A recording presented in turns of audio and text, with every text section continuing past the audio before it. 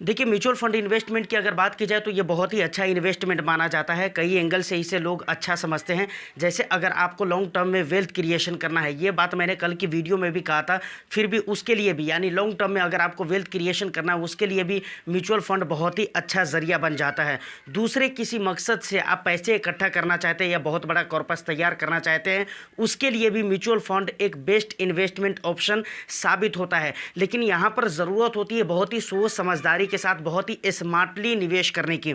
अगर सोच समझदारी के साथ आप इन्वेस्टमेंट स्टार्ट नहीं करते हैं तो यही सब कुछ होगा जो कि एमफी का डेटा कह रहा है और कुछ रिपोर्ट जो आज की वीडियो में मैं आपके सामने रखने वाला हूं, यही सारा कुछ नतीजा निकलने वाला है। क्योंकि अक्सर लोग म्यूचुअल फंड में इन्वेस्टिंग स्टार्ट जैसे तैसे करते हैं और रीज़न ये है कि वो अपने नुकसान करके निकल जाते हैं म्यूचुअल फंड से। बाद में लोग म्यूचुअल फंड से नेगेटिव हो जाते हैं, म्यूचुअल फंड को बुरा कहते हैं, ये समझते हैं कि भाई यहाँ पर प्रॉफिट नहीं होते हैं। आज इस वीडियो में आपके सामने कुछ आंकड़े रखने वाला हूं जो आंकड़े हमें ये बताते हैं कि म्यूचुअल फंड के अंदर पिछले कुछ सालों में म्यूचुअल फंड के अंदर जितनी तेजी से इन्वेस्टर्स की संख्या बढ़ रही है, उतनी ही तेजी के साथ एग्जिट करने वाले लोगों की भी संख्या बढ़ रही है। और ये बहुत ताज्जुब वाली बात है, क्योंकि मसला यहाँ पर फंसता है भाई कि जब म्यूचुअल फंड एक बेस्ट इन्वेस्टमेंट ऑप्शन है हर एंगल से, तो फिर इतने एग्जिट करने वाले लोगों की संख्या क्यों? तो इसी पे आज हम पूरी वीडियो में बात करेंगे। तो वीडियो बहुत ही इन्फॉर्मेटिव होने वाली है। एक लाइक कर दीजिए, शेयर कर दीजिए। चैनल को अगर अभी तक सब्सक्राइब नहीं किया तो चैनल को भी ज़रूर सब्सक्राइब कर लें, क्योंकि इस तरह के इंटरेस्टिंग कंटेंट मैं आपके लिए लेकर आता रहता हूँ। देखिए, फाइनेंशियल ईयर 2023-24 में मैं यहाँ पर लिख देता हूँ FY फाइनेंशियल ईयर 2023 और 2024 में SIP के ज़रिए इन्वेस्टमेंट करने वालों की जो संख्या है वो 28% हो गई है। कितने परसेंट हो गई है? ये 28% हो गई है। जबकि अगर आप एग्जिट करने वालों की संख्या देखेंगे, यानी फाइनेंशियल ईयर 2023-24 में SIP के ज़रिए निवेश करने वालों की संख्या 28% हो गई और एग्जिट करने वालों की संख्या कितने परसेंट हो गई है? 54% हो गई है। ये आंकड़े हैं अभी ताज़ा जो कि बताते हैं कि भाई 28% लोग नए तरीके से इन्वेस्टमेंट करे हैं फाइनेंशियल ईयर 2023-24 में, लेकिन एग्जिट करने वाले SIP से एग्जिट करने वाले, अपने फंड से एग्जिट करने वाले लोग कितने हैं? कितने परसेंट है? 54% है। तो ये आंकड़ा देखकर आपको ऐसा नहीं लगता है कि भाई जितने लोग निवेश कर रहे हैं उससे ज़्यादातर लोग एग्जिट कर रहे हैं? इसका रीज़न क्या है, इस पर भी हम आ रहे हैं। अच्छा, एमफी का भी एक ताज़ा तरीन डेटा है, association of mutual funds in India का एक डेटा है, जो डेटा हमारे को ये बताता है कि फाइनेंशियल ईयर 2023-24 में 2023-24 में 1.1 लाख करोड़ की निकासी की गई है। जबकि यही डेटा अगर पिछले गुजरे हुए फिनेंशियल ईयर का देखा जाए, मतलब फिनेंशियल ईयर 2022-2023 का देखा जाए, तो ये डेटा क्या था? 72,100 इतने करोड़ की निकासी की गई थी। अब ये डेटा हमारे को क्या बता रहा है? ये डेटा हमारे को ये बता रहा है कि जितने लोग इन्वेस्टमेंट कर रहे हैं 2024 में, जितने ज़्यादा संख्या में बढ़ोतरी हुई है, उससे ज़्यादातर लोगों ने अपने पैसे एग्जिट भी करे हैं। इसका रीज़न क्या है? दूसरी बात, 2023-24 में जितने लोगों ने निकासी कर दिया, जितना पैसा निकासी हुआ उससे कम ही पैसा निकासी हुआ था 2022 फिनेंशियल ईयर में, 2022-23 फिनेंशियल ईयर में। देखिए, अब ये रिपोर्ट तो दिए गए थे, लेकिन इसका रीज़न नहीं दिया गया था कि आखिर ऐसा इन्वेस्टर्स कर क्यों रहे हैं। अब इसका रीज़न क्या हो सकता है? देखिए, मैं ये नहीं कहता हूँ कि ये एमफी की तरफ से है, लेकिन मुझे जो लगता है वो चीज़ मैं आपको बता रहा हूँ कि इसका रीज़न क्या हो सकता है। सबसे पहला रीज़न ये है कि सोच समझकर इन्वेस्टिंग स्टार्ट न करना। सोच समझकर इन्वेस्टिंग स्टार्ट न करना, इसका मतलब क्या है? देखिए, इसके कई सारे मतलब है। लोग आजकल जो नए इन्वेस्टर्स आ रहे हैं मार्केट में, कई सारे पुराने इन्वेस्टर्स भी ये गलती करते हैं। किसी को देखा, उन्होंने इन्वेस्टिंग स्टार्ट कर दिया। देखने से इन्वेस्टिंग स्टार्ट ज़रूर करना चाहिए, ये एक अच्छा तरीका है, इसको हम बुरा नहीं मानते हैं। लेकिन वहाँ पर अपने रिस्क एपिटाइट को ना देखना, अपने रिस्क प्रोफाइल को ना देखना, अपने अकॉर्डिंग फंड का सिलेक्शन न करना, मुझे लगता है कि ये वो गलती होती है जिसकी वजह से ये आंकड़े बनते हैं जो मैंने आपको बताया है। अब एक गलती और भी होती है कि लोग जो है ना कहीं पर भी पूरी तरह से रिसर्च नहीं किया, किसी आर्टिकल्स को पढ़े या इंटरनेट के ज़रिए वहाँ पर देखा कि भाई ये स्मॉल कैप में ऐसे ऐसे रिटर्न्स मिलते हैं, उन्होंने अपने रिस्क प्रोफाइल को नहीं देखा और ज़्यादा से ज़्यादा स्मॉल कैप अपने पोर्टफोलियो में भर लेते हैं। जैसे आजकल मैं पोर्टफोलियो रिव्यू करता हूँ तो कई सारे पोर्टफोलियो में देखता हूँ कि 15-15, 20-20, 25-25 फंड्स हैं उनकी पोर्टफोलियो में, उनमें से 6 फंड, 7 फंड, 8 फंड ऐसे होते हैं जो सेम कैटेगरी के, स्मॉल कैप कैटेगरी के होते हैं। देखिए, लोग कहते हैं हम इसी में जाएंगे, इन्वेस्टिंग स्टार्ट करने पर तो वो कर लेते हैं, जब मार्केट में रैली रहती है उनको समझ में नहीं आता है कि भाई आने वाला टाइम में क्या होगा। रैली के टाइम पर उन्हें रिटर्न्स मिल रहा होता है, अच्छे बुरे जो भी स्टॉक्स होते हैं वो ऊपर की तरफ जा रहे होते हैं, जिसकी वजह से म्यूचुअल फंड भी अच्छा मतलब मूवमेंट म्यूचुअल फंड में भी देखने को मिलता है। तो उस टाइम पे वो निवेश तो कर लेते हैं, जैसे ही गिरावट आती है तो वो एग्ज़िट करना शुरू कर देते हैं। और मैं ऐसे सैकड़ों इन्वेस्टर्स को जानता हूं जिन्होंने इन्वेस्टिंग स्टार्ट किया और गिरावट के टाइम पर उन्होंने 1 महीने, 1.5 महीने, 2 महीने, 4 महीने, 6 महीने के बाद रिडीम कर लिया है। क्यों रिडीम किया है? क्योंकि उन्होंने सोच समझकर इन्वेस्टिंग स्टार्ट नहीं किया था। दूसरी बात, विदाउट ज़रूरत के फंड ऐड करना। जैसे बहुत सारे लोग जो है ना बगैर मतलब का जो है ना वो कॉन्ट्रा फंड वगैरह ऐड कर लेते हैं, थेमेटिक फंड वगैरह ऐड कर लेते हैं।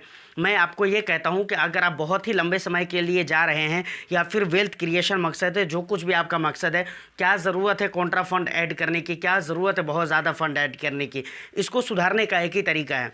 मैं 1000 बात आपको यहाँ पर वीडियो में कहूँ, इसका मैं समझता हूँ कि एक बात आप समझ लीजिए, बात क्लियर हो जाएगी।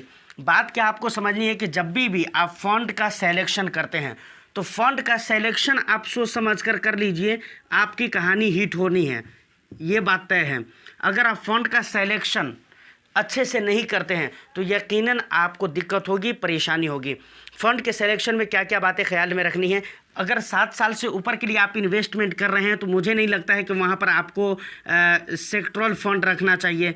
सेक्टरल जो होते हैं, सेक्टरल और थीमेटिक कैटेगरी के जो फंड होते हैं, इस कैटेगरी के फंड आपको रखने चाहिए। दूसरी बात, अगर आप अपनी पोर्टफोलियो में 10, 15 इस तरह से अगर आप फ़ंड ऐड कर रहे हैं तो मुझे नहीं लगता है कि इस तरह के फ़ंड आपको ऐड करने की ज़रूरत है। दोस्तों, मैंने मजबूरी में कई वीडियो में कहा है, मजबूरी में कहा है कि 10 बहुत ज़्यादा है, नहीं तो आपको 6-7 फंड ऐड कर लीजिए, ये काफ़ी होते हैं एक पोर्टफोलियो के लिए। उसके बाद कुछ और भी इम्पोर्टेंट बात है कि बहुत सारे लोग ये करते हैं कि भाई मतलब लार्ज कैप वगैरह, मल्टी कैप वगैरह या फ्लैक्सी कैप, इस तरह के जो फंड होते हैं इसको इग्नोर करने की कोशिश करते हैं, ज़्यादा से ज़्यादा स्मॉल कैप ऐड करने की कोशिश करते हैं। और मैं बराबर कहता हूँ कि कुछ फंड, कुछ कैटेगरी, जैसे आप मान लीजिए ना कि इंडेक्स फंड हो गए, उसके बाद लार्ज कैप फंड हो गए, इस तरह के जो फंड होते हैं ना, इसको आपको अपनी पोर्टफोलियो में स्टेबिलिटी के लिए रखना चाहिए। रिटर्न्स यहाँ से आप मान लीजिए कि कम मिलेंगे। और दूसरा जो बात आपके माइंड में होना चाहिए वो ये होना चाहिए कि जिस टाइम पे गिरावट होती है ना, तो लार्ज कैप जो फंड रहेंगे ना, वो आपकी पोर्टफोलियो को बैलेंस करके रखेगा और स्टेबल करके रखेगा। मेरे कहने का मतलब ये है, वहाँ पर बहुत ज़्यादा गिरावट नहीं होती है। प्लस एक बात जो कि बहुत ही मेन है, कभी भी आप कहीं पर भी इन्वेस्टिंग स्टार्ट करते हो, यहाँ पर मैं म्यूचुअल फंड की बात नहीं कर रहा हूँ, मैं करूँगा बात एफडी की, आरडी की, उसके बाद स्टॉक की, उसके बाद म्यूचुअल फंड की। इन सारी जगहों में से कहीं पर भी आप इन्वेस्टिंग स्टार्ट करते हैं तो आपका एक इमरजेंसी फंड ज़रूर होना चाहिए। इमरजेंसी फंड होना बहुत ही ज़रूरी है, क्योंकि इमरजेंसी फंड न होने की वजह से बहुत सारे लोग, थोड़ी बहुत पैसे की ज़रूरत पड़ती है, थोड़ा सा अगर लगा कि पैसे की नीड है तो उनके पास कोई दूसरा ऑप्शन नहीं होता है, वो क्या करते हैं, अपने फ़ंड को रिडीम कर लेते हैं। तो इमरजेंसी फंड का होना भी आपके पास बहुत ही ज़रूरी है, इसका इंतज़ाम तो आपको करना ही चाहिए। अब देखिए इसमें होगा क्या, मानकर चलिए अभी आपको 1 महीने, 1.5 महीने, 2 महीने, 4 महीने हुए इन्वेस्टमेंट करके, अगर किसी म्यूचुअल फंड में ऐसा है कि एग्जिट लोड 1 ईयर का है, किसी में तो 15 दिन के भी रहते हैं, 30 दिन के भी रहते हैं, लेकिन मान लीजिए कि अगर 1 ईयर का एग्जिट लोड है कि 1 ईयर के अंदर अंदर अगर आप अपने पैसे को निकालते हैं तो वहाँ पर 1% एग्जिट लोड देना पड़ेगा। तो आप सोचिए कि 2 महीने में आपकी कितने प्रॉफिट हो जाएंगे। बहुत ज़्यादा प्रॉफिट तो होंगे नहीं, ये मार्केट के ऊपर डिपेंड करता है। तो मैं ये मानकर चलता हूँ कि 2 महीने, 4 महीने में क्या प्रॉफिट होने वाले हैं। कभी ऐसा भी हो सकता है कि माइनस में भी आपके कैपिटल्स भी जा रहे हों, ऐसा हो सकता है।